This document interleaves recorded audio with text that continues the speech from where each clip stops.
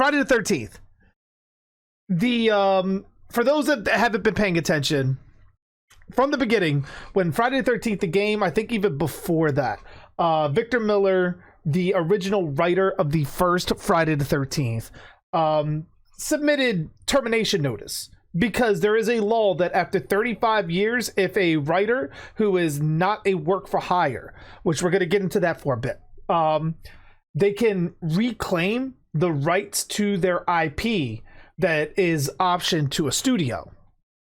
So fucking Victor Miller, who wrote the original Friday the 13th script, or at least the first draft of it, laid a lot of foundation for the Friday the 13th series, especially the origins of Jason Voorhees, his mother, everything. All of that fucking came from him.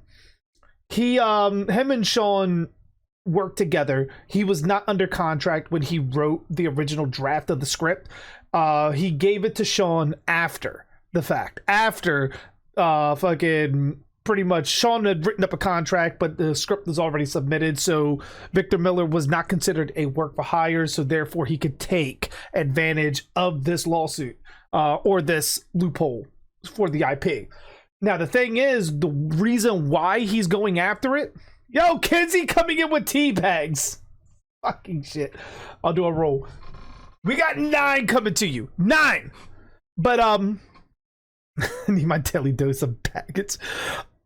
With the 35 years what plus or something like that, Victor Miller, it had been revealed that Victor Miller had made roughly around $4,000 over the time frame from beginning to end of the Friday the 13th life cycle in the films, merchandise, everything.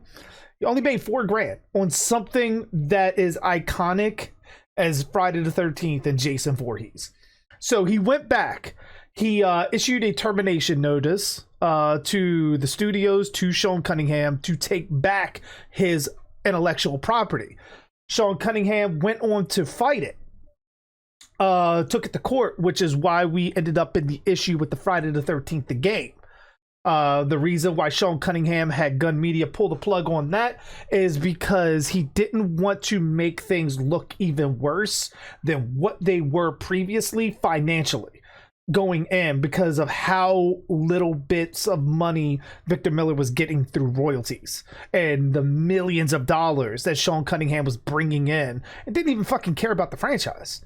This motherfucker helped foster in Jason Goes to Hell. Like, fuck, he does not give a shit. But like, fucking, ultimately, they took it to court. Victor Miller won. Now, with him winning, with the split in the IP, Jason, adult Jason, hockey mask, adult Jason, does go to Sean Cunningham, because that is a derivative. Sean Cunningham does own the rights to the name Friday the 13th. He has gone on record that he was the one that trademarked that name. Everyone has concurred with him. There is legal documents that he went in and copyrighted Friday the 13th for that series, so that belongs to him. A good portion outside of maybe some things here and there in the first script all belong to Sean Cunningham, not Victor Miller. Kid Jason Drowning, Pamela Voorhees, who actually technically Pamela Voorhees does not, the name does not belong to Victor Miller. Mrs. Voorhees does, but Pamela Voorhees wasn't named until part 4. All right, so like, yeah, Mrs. Voorhees is pretty much a something that is belonging to Victor Miller. The name Pamela Voorhees belongs to Sean Cunningham. So it's a little split like that. Kid Jason belongs to Victor Miller. 100%. All right. So like pretty much that's how it's been split. So Crystal Lake was created by Victor Miller. So that goes to him. Kid Jason and Jason fucking not Jason's Look. Jason's Look was created by Tom Savini. Victor Miller never specified in his original script how Jason looked. He was never deformed in that script. But Jason, Kid Jason, I should say, Mrs. Voorhees, Crystal Lake, Jason Drowning, in a lot of the characters that are in the movie. Some might have been put in a little bit afterwards, maybe on a rewrite from Ron Kurtz or some shit like that. But ultimately, a good portion of anything coming from that first film belongs to Victor Miller. Anything that comes after is considered derivative and is under the Horror Inc. umbrella. So all of that belongs to Sean Cunningham. So how does this relate to today? So pretty much ultimately what ends up happening is we are in present day with this lawsuit. So ultimately Victor Miller won. Sean Cunningham appealed. We spent the better part of what, like a year and a half, I felt like, or maybe a year total. Yo, Lunalicious, how are you doing? We spent the better part of a year trying to wait for this ruling on this appeal. The appeal has now been handed down.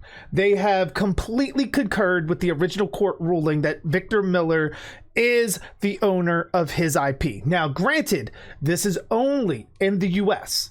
Only in the US that any of this fucking takes place. Outside internationally, Friday the 13th, Jason Voorhees, all shapes, form, fashion, all belongs to Horror Inc. But in the US, domestically, it belongs to Victor Miller, that first film. Ultimately, now with this ruling coming down, I've seen so many fucking videos. Like just today, I haven't watched them all, obviously. What is Horror Inc? Horror Inc is the company headed by Sean Cunningham, who is the one that produces the Friday the 13th films. While Paramount is the parent company, Horror Inc is the subsidiary that owned the rights to it. So like pretty much they are optioning the rights to Friday the 13th to Paramount, and then they took those rights and optioned them to New Line and so forth like that. Like Paramount and New Line were the parent companies. Horror Inc is sort of that middleman that the rights revert back to. Think of it like Marvel with Disney. So like let's say if Marvel was to separate from Disney, while Disney right now has the rights to all of Marvel's characters, after a certain time frame those rights will eventually lapse and those characters go back to Marvel. Like it's sort of like that.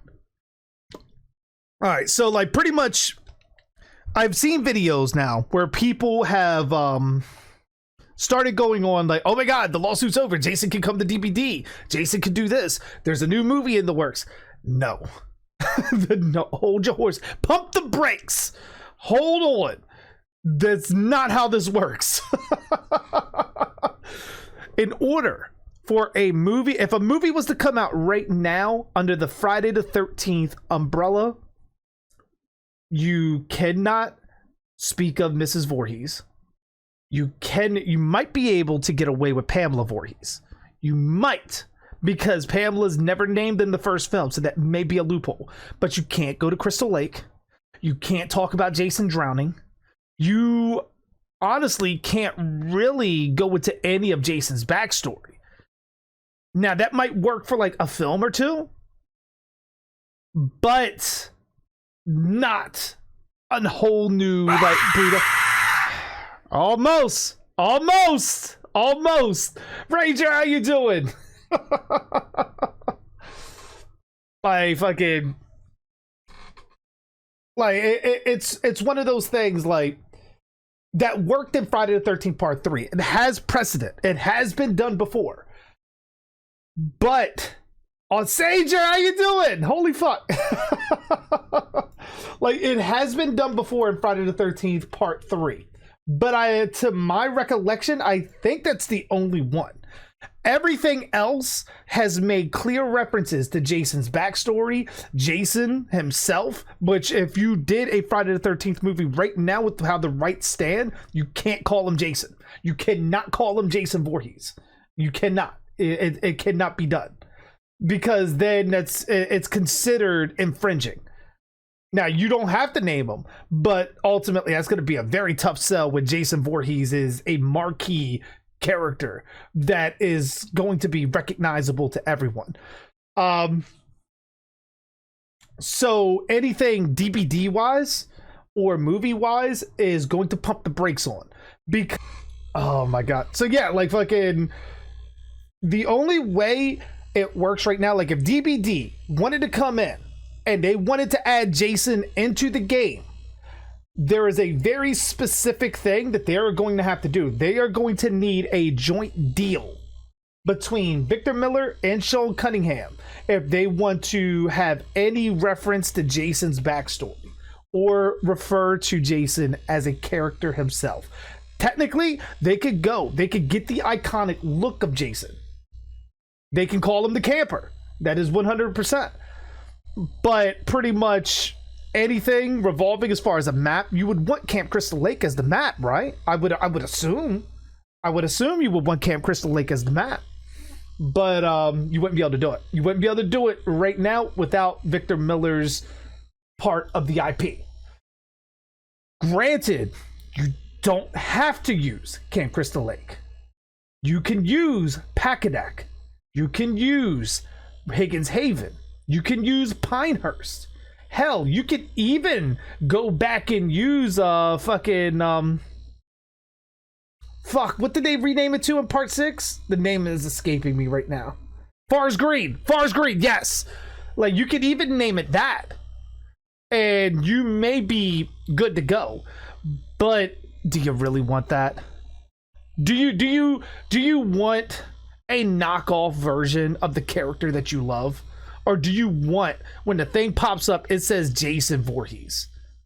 Jason Voorhees, Camp Crystal Lake map, fucking give us Alice Hardy or Jenny Field as a survivor. I know everyone would want Tommy. Tommy could be a legendary skin. I want something different. I want Alice Hardy or fucking Jenny Field. I want one of those two to be the survivors. Like, personally, that's the way I would go. But in order to get that, we need a joint deal between Victor Miller and Sean Cunningham with behavior.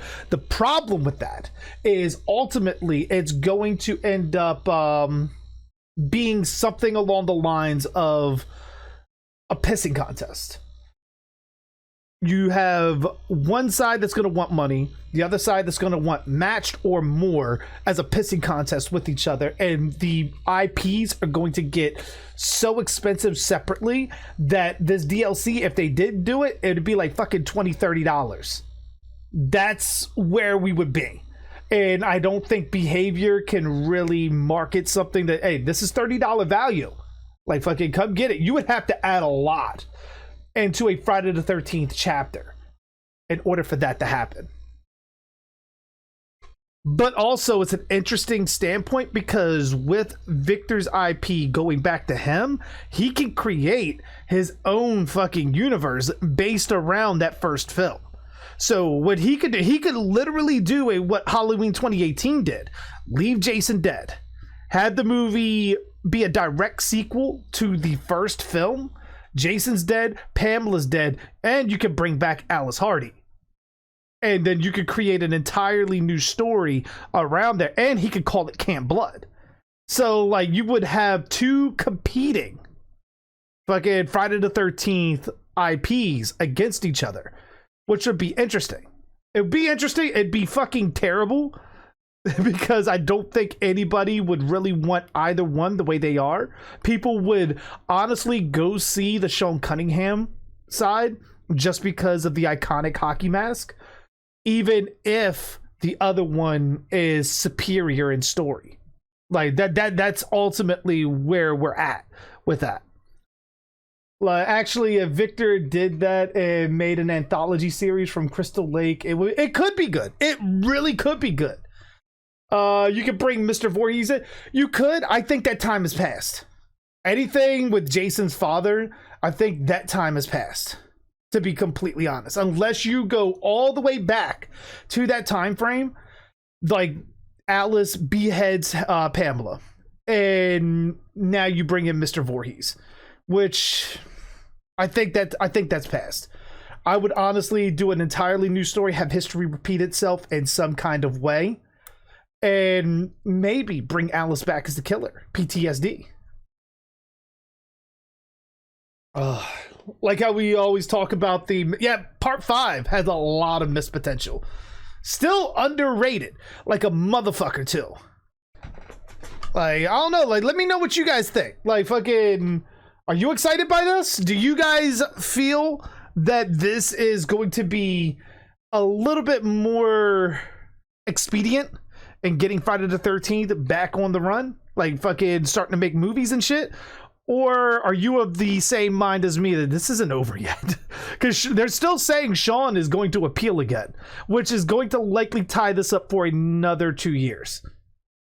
Yo, Harry, how you doing? Yo, we're talking about the Friday the 13th lawsuit. The appeal was ruled again in Victor Miller's favor. It is very likely that Sean Cunningham is going to appeal again. So we're likely looking at another year.